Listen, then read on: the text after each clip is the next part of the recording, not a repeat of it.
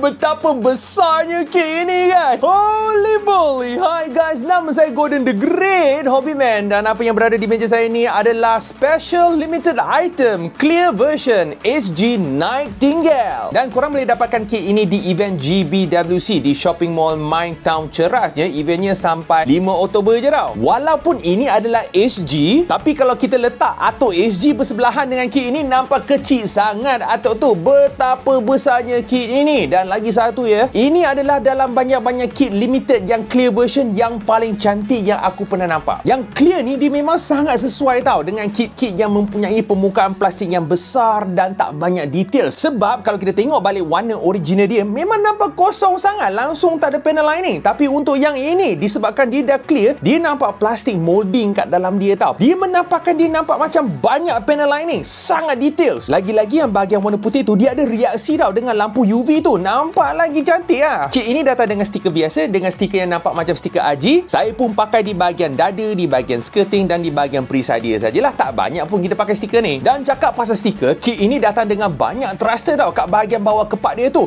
Dan semua thruster tu yang warna-warna kuning tu, dia bukan stiker. Dia memang dihasilkan dengan plastik part separation. Dari segi aksesori pula, kit ini datang dengan satu beam rifle yang sangat besar yang ada sedikit artikulasi, perisai yang sangat besar dengan kapak Tomahawk beam. Dari segi artikulasi pula, kepalanya boleh gerak depan belakang, boleh pusing-pusing sikit, tangannya boleh pusing-pusing, boleh berlipat, ada sedikit pergerakan bahu, perisai bahunya boleh gerak-gerak sikit, pergerakan pinggang yang tak seberapa, perisai di bawah dada dia tu boleh buka, artikulasi di skirtingnya ada, sepak ke depan tu tak banyak sangat, tak boleh sepak ke tepi banyak sangat, tak boleh sepak ke belakang banyak sangat, lipat tu tak payah harap lah guys. Tapak kakinya pun ada artikulasi dekat kepak dia tu sangat bagus tau. Walaupun nampak besar dan berat, langsung tak longgar ya. Dan semua funnels dekat kepak dia tu semua boleh buka. Fuel tank dekat belakang tu semua boleh gerak-gerak. Fuel tank kat bawah abdomen dia tu pun boleh gerak. Dan yang paling best sekali, dia ada sepasang tangan yang tersembunyi di bahagian skirting dia tu yang boleh pegang sepasang beam saber. Ia menampakkan kit ini lebih gempak. Dan cakap pasal gempak, abdomen dia tu menampakkan kit ini sangat besar guys. Terutamanya dengan warna clear dia tu, nampak macam sangat rumit design dia tu. Menampakkan kit ini sangat tebal, sangat besar dan sangat garang. Nasib baiklah dia ada satu stand di bahagian abdomen dia tu. Kalau tak, memang tak boleh berdiri pun kit ini. Kesimpulannya, kit ini telah pun menjadi kit SG kegemaran saya buat masa sekarang lah. Alright, jadi sampai di sini saja video kita. Kita jumpa lagi di video yang baru.